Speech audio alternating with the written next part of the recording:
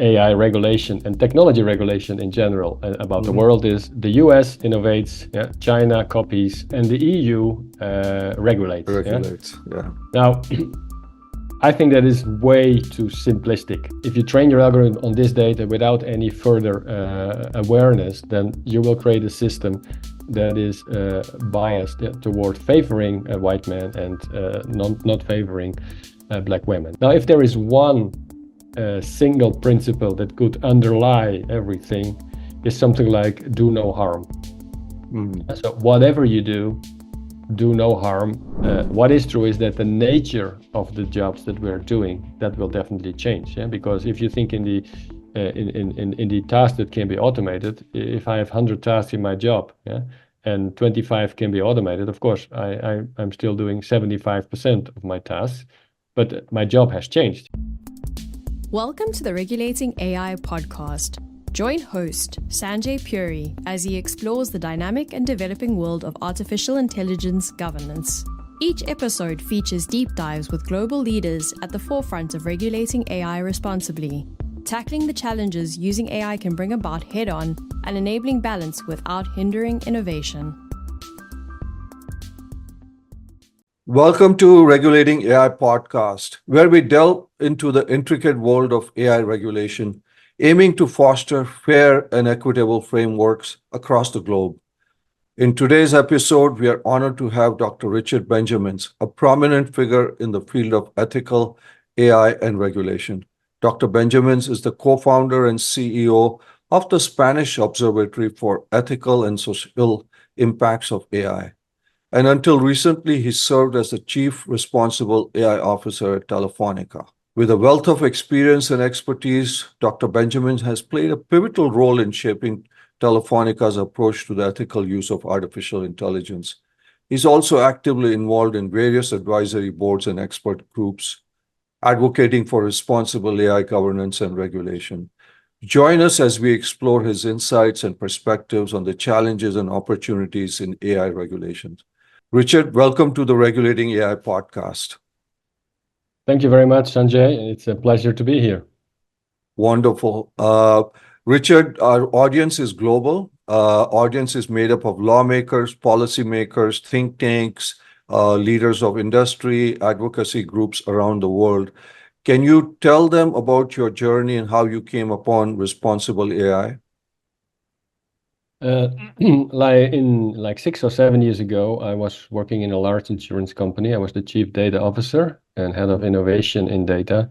And I had a small team working on looking at discrimination and black box models. At that time, still very in the research phase, but it intrigued me. And I thought it was indeed very important with the rise of artificial intelligence. So when I moved back to Telefonica, I kind of spearheaded that thinking into Telefonica at that time. As a company, it was very vocal on using AI and data across all of its operations. So I thought it important not only think about opportunities, but also about responsible opportunities. And that's why this is how I came to responsible AI. Wonderful. You were the Chief Responsible AI Officer at Telefonica. Can you tell our audience some of the key lessons you learned from that experience, Richard?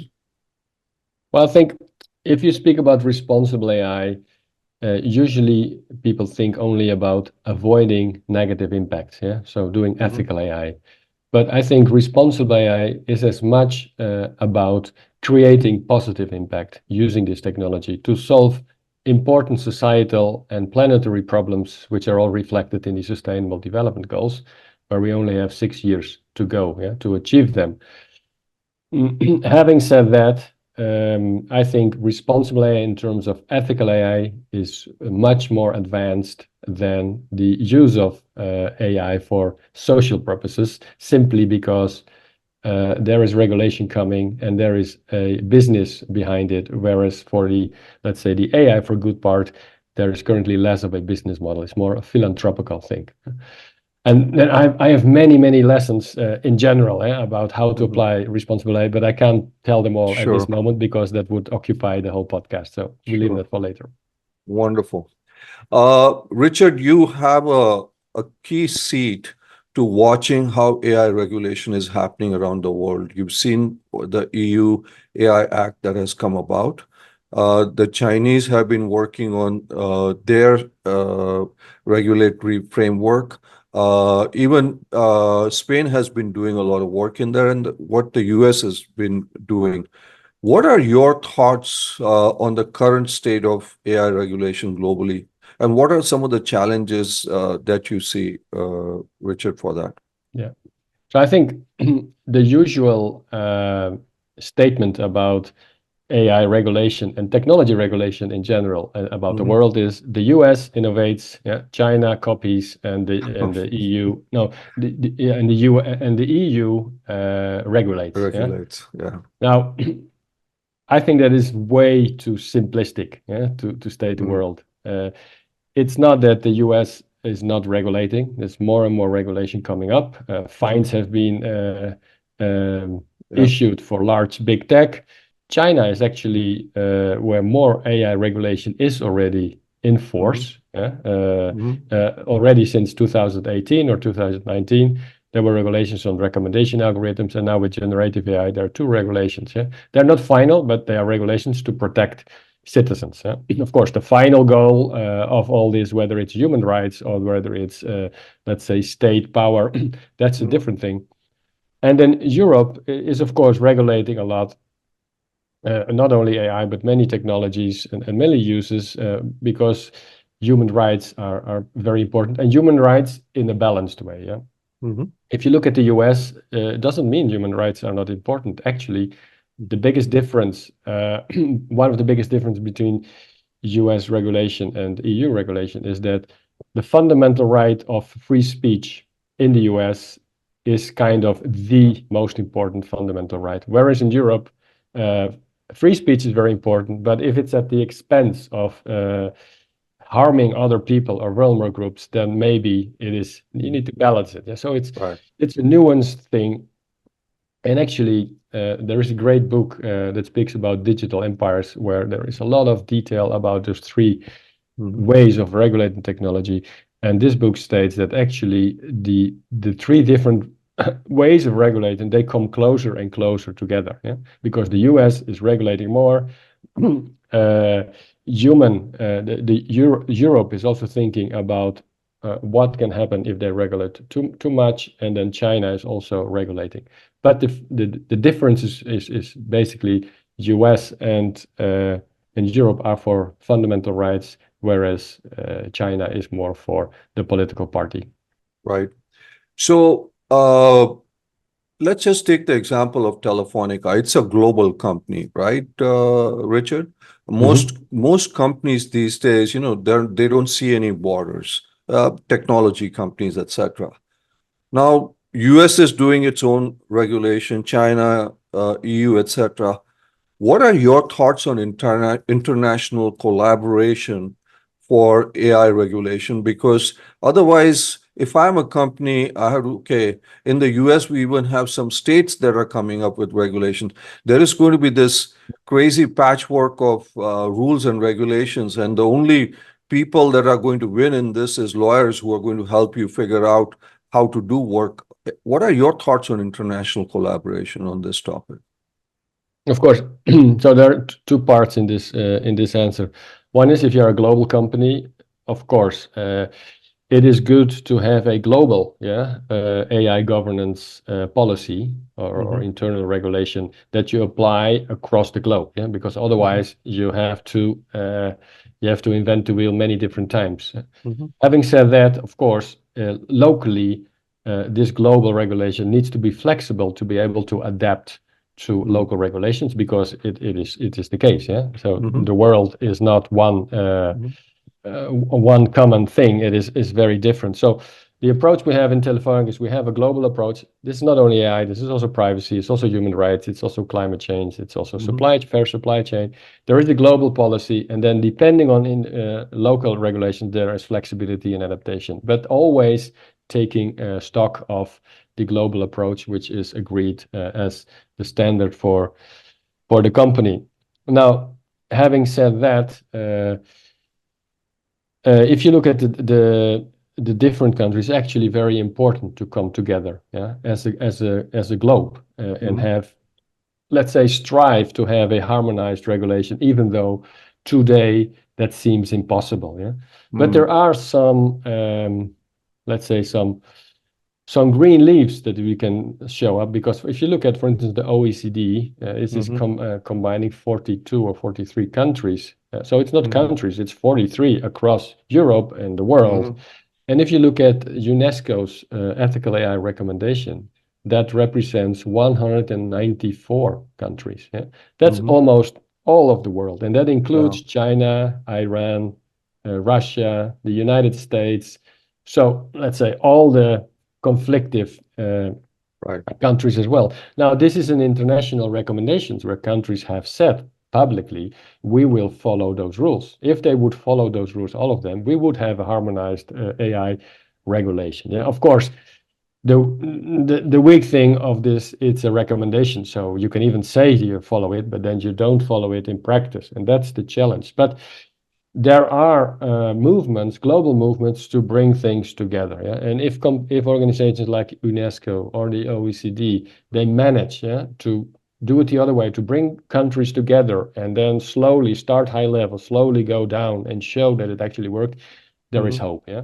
And this hope is very important, because if you look at the geopolitical situation we are in, and AI is also suffering from that, this is actually a big problem. Yeah. And all other indications are that the world is actually separating. Yeah. And instead of having a global internet, we may have splinter nets where China has its own internet, Russia has its own internet, and they're not even connected in between. And AI is, of course, important in that respect. What we have to avoid, that there are kind of free havens where you can do bad things with AI without any punishment. Richard, you were at Telefonica, and you talked about global companies. Do you think AI ethics boards are an important aspect? Did Telefonica have an AI ethics board? We do have an AI ethics committee. Okay. Or expert group, depending on how you want to call it. And that is let's say, a group of multidisciplinary experts who have knowledge about different perspectives on AI. So it has privacy, it has legal, it has AI and data, it had ESG, environment, sustainable governance, and then on demand, it can have other areas as well, depending on what the issue are. Now, our ethics committee is an internal, so it's not an external committee with high level. It's really hands-on, knowing about the products that the company have and the systems we have, and then it takes discussions when problems arrive.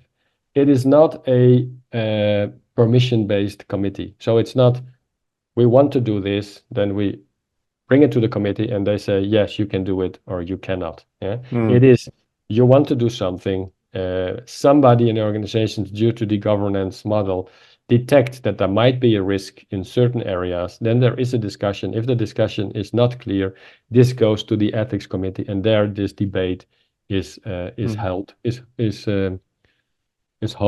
and a recommendation is given. Yeah? Now, if that recommendation is taken up, then everything continues. If there is, however, a disagreement between the ethics committee and the business, then there is an escalation to the higher level where business and ethics come together and an explicit decision is taken. So the importance is not so much the decision that is taken, but that it's an explicit decision with the pros and the cons, and it's a documented decision in case something goes wrong. So that is how we are currently implementing the AI governments. And I'm speaking in the past, because yeah, of course. But I want you to talk in the future, Richard, just to follow up on that point. Now you are at a think tank, a very prestigious think tank. When global companies are implementing AI, some of them have started exploring this whole concept of an ethics board, or like you called it, an ethics committee. What would your recommendation be to our audience, people who are leaders at large global companies? They listen in and listening into you. Should there be an ethics board, And should it be right in Telefonica, you had an internal one. Your recommendation now in this think tank, should it be made up of external, and what kind of role should they play? This is for CEOs listening in to you right now. Okay, so here I give you my very personal opinion. Yeah. Yeah, we want your personal opinion. Yes. So first of all, I think there is a difference between big tech, which are these huge companies, which there are about 10 in the world, and there are large multinational companies like Telefonica or like pharmaceutical companies or like retail companies. So this is not the same. These are not the same companies. What we've seen in the past with AI ethics committees were these big tech. They appoint high-level, reputed external people to oversee, etc. Now, I don't think that any of those ethics committees worked out because most of them were dismantled within a few months.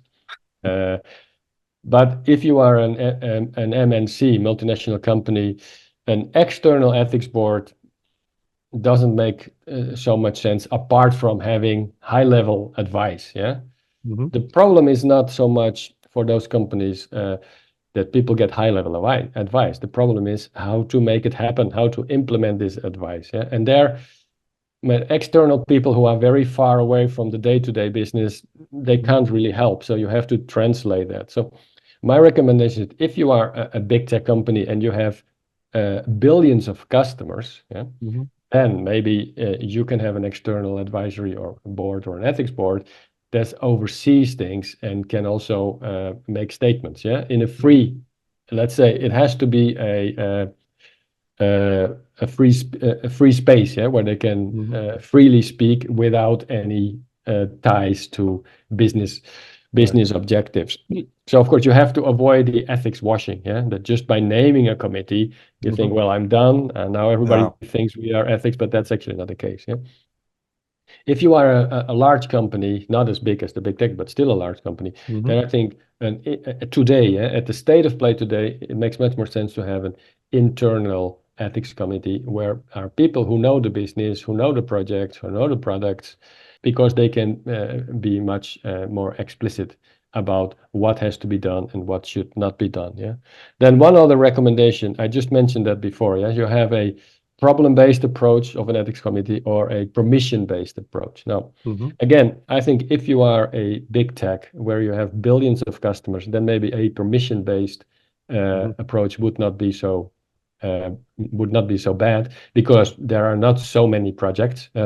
Maybe there are 10 or 20, and they all have a huge impact in society and on people. So it's better to find out, hey, if we launch this, we are directly reach billions of people, so we better be very sure that this is what we want to do. Now, if you are a large company, then you reach maybe a few millions, still a lot of people, but it's a different ball game. And then a permission-based approach actually will not work.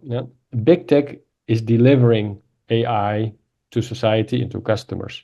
Large companies use AI internally to optimize their business or to create new business. Now, for instance, we have like more than 600 AI systems running every day globally. Now, we can't ask permission 650 times. I mean, that doesn't work. If there are problems, we need expert people to think about it. But also think about, I mean, if you speak about AI and risk and responsibility governance, we should not forget that the large majority of AI systems have no risk at all. There are many systems that just do simple things like filtering spam or maybe recognizing my face here within this browser. And there are a few that have more high risk. Those high risk ones, there it's very important to be very alert on what you are doing. So it's not one size fits all. You have to do a risk-based approach. So for our audience, I think Richard is saying if you're a big tech company, have an external ethics board. If you're a large company, have it internal. If you're big tech, it should be probably be permission-based. If you're a large company, it's a problem-based approach, right, Richard? Just to summarize. Summarizing at a very high level. High level. There are, of course, many nuances where it is different. Of course. But that, with my experience, would make sense. Wonderful. Richard, let's talk a little bit about some of the potential risks of AI. How do we address them, such as bias, privacy concerns, etc.? What are your thoughts? How do we address some of these things? And what kind of ethical principles should guide the development and deployment of AI systems? Well, we speak about two specific risks of AI, which is privacy and bias. Yeah, and bias is a problem because of Right, potential discrimination. right. Now, actually, those are two risks, but those are two principles. So many companies have in their AI principles should not be biased, yeah, and it should not lead to discrimination, and also it should respect privacy. Yeah? So in that sense, it's quite straightforward. Yeah, what is the principle? Now, how do you act on those principles? I think first I'll start with bias, because that's something typical of artificial intelligence, in the sense that artificial intelligence learns from data. Yeah? It can be structured data, or with generative AI. Generative AI, it can be unstructured data, but this data may have bias in it. Yeah. So there are many things that you can do to mitigate bias. Yeah. First of all, one thing, if some of the groups that you have in your data set are underrepresented, like just a typical example is black women, versus white men.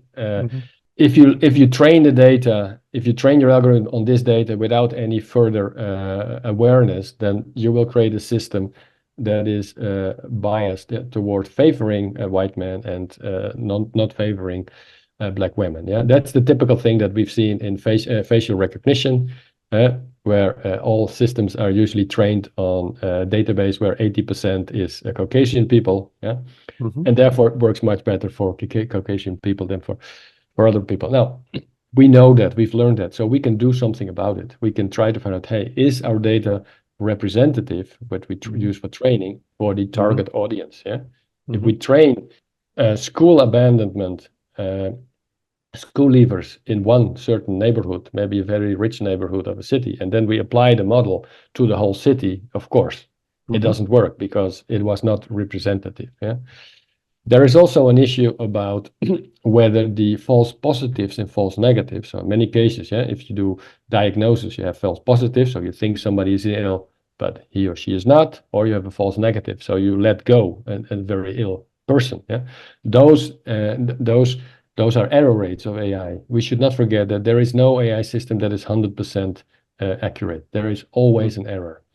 And it's very important that the proportion of false positive rates and false negative rate is similar or equal across different vulnerable groups. Yeah, for minorities, for children, for elderly people, for women, and that's something you can check. Yeah, you can just look at your data, as long as you have the data, of course.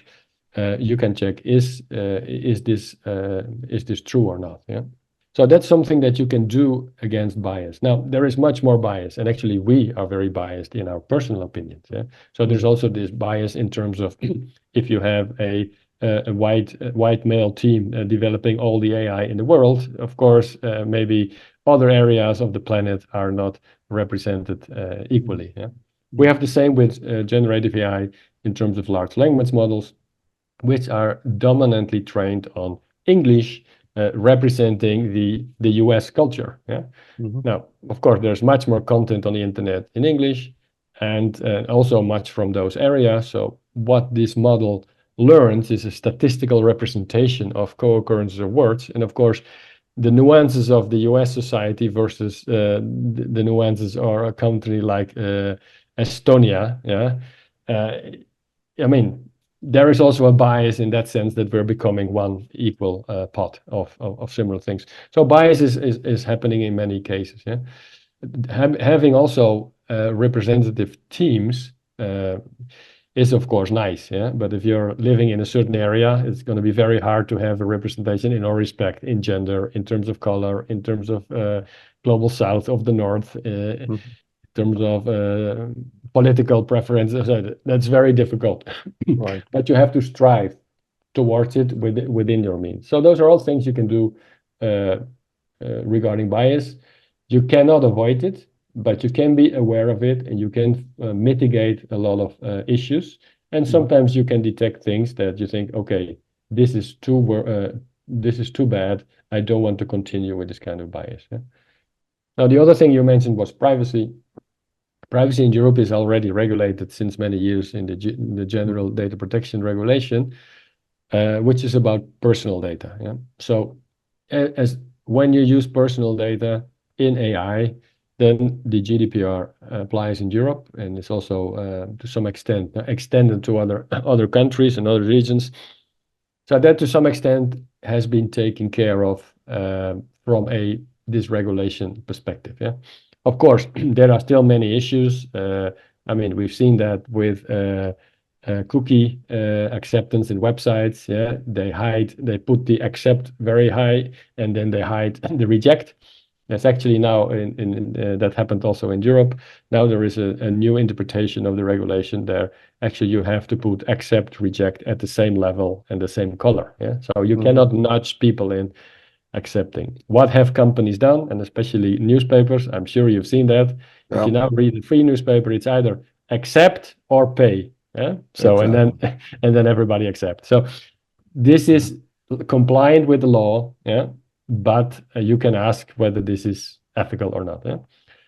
Anyway, it's being very transparent. Yeah. Either we use your data to earn money, or you pay us, then we also earn money. So to some extent, it puts the discussion where it is, and it makes people aware that, hey, if I'm not paying, then actually, yeah, they have to do something with my information. Otherwise, I would have to pay also.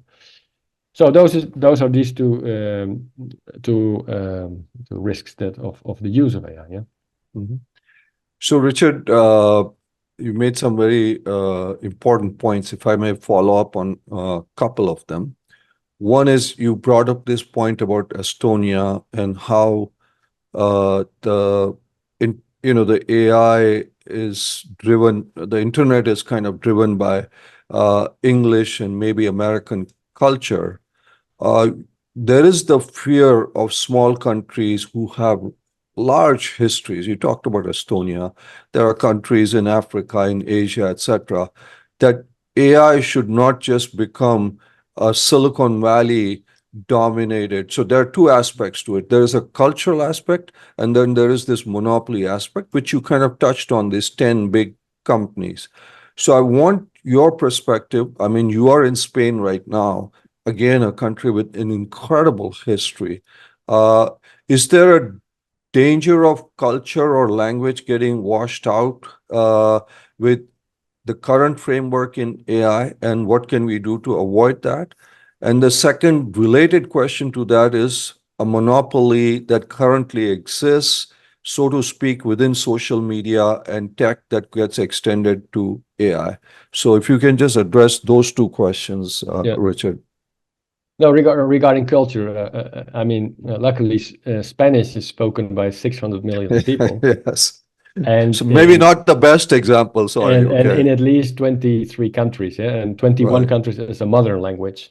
Right. So actually, Spanish is the second or the third language in the internet. So it's reasonably well represented compared to smaller countries, and even within, yeah, because there are so many more languages than there are countries, yeah, because of multiple languages.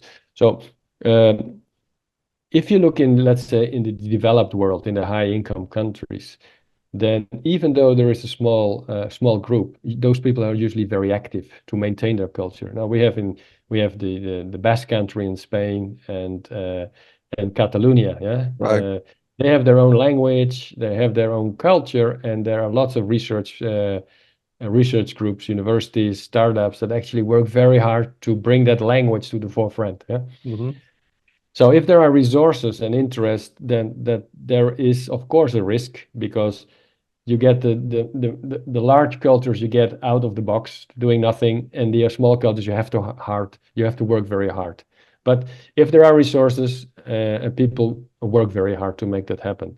Now, if you go to low income and middle income countries, that's completely different, because there's no skills, no profiles, no resources. So those cultures, they run the risk not being included. Yeah. And then, of course, those big companies, they can actually work on, they can do an agreement with a certain country and say, okay, we'll take care of your culture as well. So there are all kinds of possibilities. But in the end, the current, let's say, current generation of AI is driven by profits. It's driven by businesses. So why are people investing so much in this? Because they think there's lots of profits and money to make. Yeah. So the rest is kind of, they do it for reputation, or there is somebody in the company who feels that they have to do responsibility, but it's the best effort. Yeah. So there definitely a risk that smaller cultures will disappear, especially with these large language models. And I think we have to stand up against that and to support other cultures in also being able to join. And I also foresee that in the future, there will be maybe a few of those huge large language models like we know from the big players, but there will be many, many smaller models who consume much less energy, who are much more specific and who can represent a certain language. Yeah? So I think there will also be a trend, as usually, first things become bigger, yeah? And then they become smaller and more targeted for certain areas, and this will happen here as well. Now, on the monopoly side, I think that is definitely a danger, yeah. And it's not only regarding culture, but it's actually who is taking decisions that are impacting the world at large, yeah. And then there is also the issue that this technology creates a huge amount of wealth, yeah, in the world. They say that AI and generative AI together maybe can increase 20% the global GDP, yeah? Which is a huge amount of economic wealth. But then how this wealth is distributed is very much concentrated in a few countries and in a few companies. Yeah, so there is an enormous concentration of wealth, which is actually increasing inequalities across the world, and that is still going on. Yeah, so that's nobody is doing anything to stop. Maybe the European Union with some of its regulations, like the the Digital Services Act or the Digital Market Act, they are doing something. And now in the US is also questioning some of the monopolies of the big techs. But those are still small things compared to the enormous wealth very few actors are gathering. So, Richard, in your view, what should be some basic ethical principles that guide the development of AI? In your view, what are the basic foundational principles of AI ethics? If you look at the AI principles that are currently in the world, in the OECD, European Union, even in the United States, in the UNESCO, they're all about it should be fair, yeah, no discrimination, no bias, should be explainable, understandable, transparent when it has impact on people's lives. It should have the right human oversight. So again, if it's in the medical field where it detects the serious diseases, of course, there has to be a person in the loop. But if it's a recommendation of a video, maybe, of course, you can't put a person to approve every single recommendation across the globe. So it should be accountability, privacy, security. So there is a number of 8, 10 principles that everybody more or less agrees about. Now, whether they name it one thing or another, but it's a common thinking. And I think the only thing they have in common is that it's about human rights, yeah? Because ethics are very different across the globe, depending on cultures. But hey, almost all countries signed up for human rights, even though not all countries comply with human rights. Yeah? It's the same like the UNESCO AI recommendation. Yeah, 194 countries signed up, but not all are executing on it. Now, if there is one single principle that could underlie everything, is something like do no harm.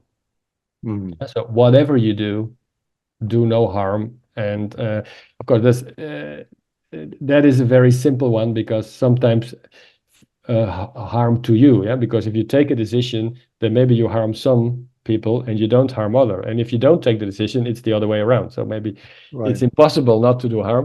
But as a guideline, it's very important to do no harm. And then to act on that principle means that you should constantly think about, if I'm building this AI system for this particular use, is there any chance that it could do harm in a way that I have not foreseen? Yeah? So think hard about that in the process by design, not once you're finished, but also from the beginning. Who could be harmed? Who could I harm with this system? If you do that systematically, actually, I think there would be create a lot of less systems with potential problems. Richard, what are your thoughts on how do we future-proof AI regulation, whether it's an EU AI Act or the US coming up with regulation or other countries, given the fast pace of technological change that's happening? I mean, I have never seen such change happen so fast. Large language models, multi-mode, agents, you have Sora, we're talking about AGI. How do we make sure that these regulations can withstand the changes that are coming in there? How do we future-proof some of these? Well, that's a tough question. Yeah, I have no answer. I have definitely no answer to that. Maybe we could build a system that tries to help us, an AI system that tries to help us future-proof regulation. Anyway, so what you have to regulate is a definition of AI that is future-proof. Yeah, so you cannot definitely say an AI system is a system that uses generative AI or large language models of machine learning, because that's today AI, and maybe tomorrow there is a new thing. So you should abstract from that, and I think that has the whole world has learned from that in the recent years. Yeah, so definitions are now much more in terms of what they are capable of, rather than in terms of what they do. And then if you do a risk-based approach and you define some of the high-risk applications, then you have to be open to future new high-risk applications, or maybe high-risk applications of today are becoming less risky in the future. So I think that is one way of trying to be flexible, yeah, adaptive. Of course, you can't wait to have the perfect regulation and then you start regulating, because the world moves on and then you will have never a regulation. So even though all regulations have problems and they are not perfect, maybe it's better to have something that sets the direction rather than have nothing. Yeah, that makes a lot of sense.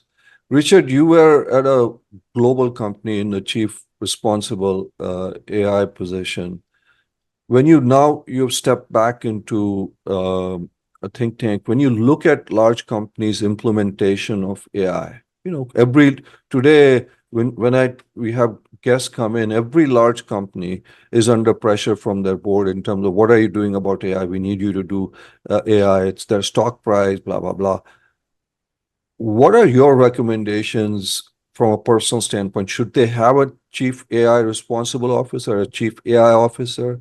Or a lot of these companies just are saying to their CIO, chief information officer, now you take on this role, or chief technology officer. If you were to just look at a big picture personal view, organizationally, and where should these people be reporting into? Any thoughts on that? Yeah, I wrote a book on how to become a data-driven company, and one of the chapters is exactly about this. Yeah. Well, then you're the right person to answer this question, because our audience is CEOs of large companies listening. So, in my experience, if you are starting as a company to work on AI, it doesn't matter where it sits, as long as you have an enthusiastic and knowledgeable person. Yeah, because you have to get the ball rolling. If you think, oh, we have to give this to the CIO because then it has the message that this is important, and the CIO or the CTO have no knowledge or have no enthusiasm about it, I mean, that is not so important. It should work in the beginning. Now, if you start moving and you become a bit more mature, you have done some things. Of course, if this one sits in marketing, then all the applications are for marketing. If it sits in the business area, then it's all for a certain business area. Of course, very important that a person in this role has a transversal reach. So typical are the chief operating officer, or the chief digital officer, or chief transformation officer. These are, let's say, temporary roles, to become more digital and create value from new technology. And that doesn't apply only to B2C or B2B, it applies across. So if you want to scale, you need to be in a cross area. Can also be the chief data officer. Many chief data officers take the artificial intelligence responsibility on, because if you have great data but nothing is happening with the data, it's only half of the picture. So, Richard, most think tanks, consulting firms, McKinsey, IMF, and others are predicting that we are headed for major transformation in our workforce. They're saying it could be 30%, 60%, 50% changes that are coming in. You had a view internally and externally now. Is major transformation coming? And if so, what can we do about it? And what is the role of regulation or government in something like this for our audience who are concerned about what's going to happen to my job? Yeah. Okay. So I think here you can find studies that go in all different kinds of directions. So this is not a science. Right. So many studies, what they do is they look for the tasks that are typical of a job. And then they look for each of those tasks, how much can it be automated with AI or generative AI. And that gives those numbers, 26% or 30%, depending on the study. Now, there are other studies that say, if you look at the unemployment rate in history, it has always gone down. And now with the baby boomers retiring, actually there will be a lack of people to do the job. So either we have AI or we cannot even maintain our productivity. So it's a completely opposite one. The one is AI is taking our jobs. And the other one is we have not enough people to do our jobs. Completely the opposite, and very respective people. They argue for both. What is, I think, this is my opinion. So I don't know whether I'm right or not. What is true is that the nature of the jobs that we're doing, that will definitely change. Because if you think in the tasks that can be automated, if I have 100 tasks in my job, and 25 can be automated, of course, I'm still doing 75% of my tasks, but my job has changed. And if I automate 60%, then my job is changing even more. It's not that the job as such disappears. Of course, education is very important from a governmental perspective, so that people are not left behind, have the ability to upskill and the capability. Now, of course, it is true that this revolution is going so fast that not everybody will be able to be upskilled. Because in the past of revolutions, they took many years, so generations had time to adapt, and this is happening in just a few years. So you have to be very, very fast, and that will create problems. Now, in relation to, if you look at the risk of losing our jobs, because AI increases productivity. Now, in order to maintain or grow our productivity as countries, the GDP needs to grow. We can do that with less people because we automate. So we have a group of people that work and that contribute, and we have a group of people that doesn't work. Not because they cannot, they do not want, they should not, it's not needed that they do it. So what do you do with these people? Where do they get their income from? How does it, will it bankrupt the financial situation of a state because there is less income tax because less people are working, but they have to maintain more people who are not working. So who is paying for that? Do we need a robo-tax, a tax on AI systems, or do we need a universal basic income? So these are all very, very high level and broad discussions where we are only scratching the surface of how serious this might be, or maybe will not be serious at all. So a lot of things to think about, as you said, a robo-tax. You talked about upskilling. You talked about maybe a universal basic income. All those things will need to be considered in the future. Richard, finally, what advice would you give to policymakers researchers and people who are listening in regarding the responsible development, deployment of AI technologies in terms of putting together regulations to our audience? Well, I think policymakers should reach out have a broad understanding of the technology, a bit more than the typical. I think they should read books about AI, about the potential impacts, and have some understanding of how it works internally in order to be for themselves judge whether what is being said makes sense or is not making sense. Because there are so many things in the press, what AI can do and what AI cannot do. And actually, AI is not doing anything. It's the people behind or the organizations behind that makes AI do something. So I think that is very important.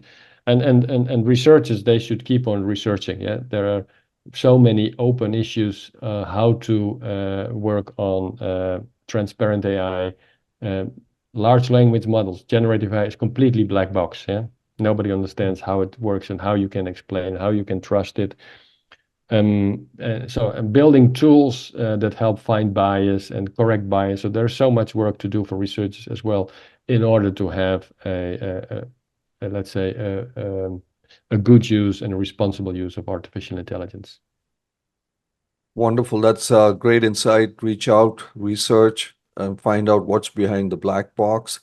As we wrap up today's episode of Regulating AI, we extend our heartfelt gratitude to you, Dr. Richard Benjamins, for sharing your invaluable insights and expertise with us. Thank you to our guests for tuning in. And until next time, stay curious and keep advocating for a better AI future. Thank you so much, Richard, for being on our podcast. It has been a pleasure, Sanjay, and stay in touch. Thank you.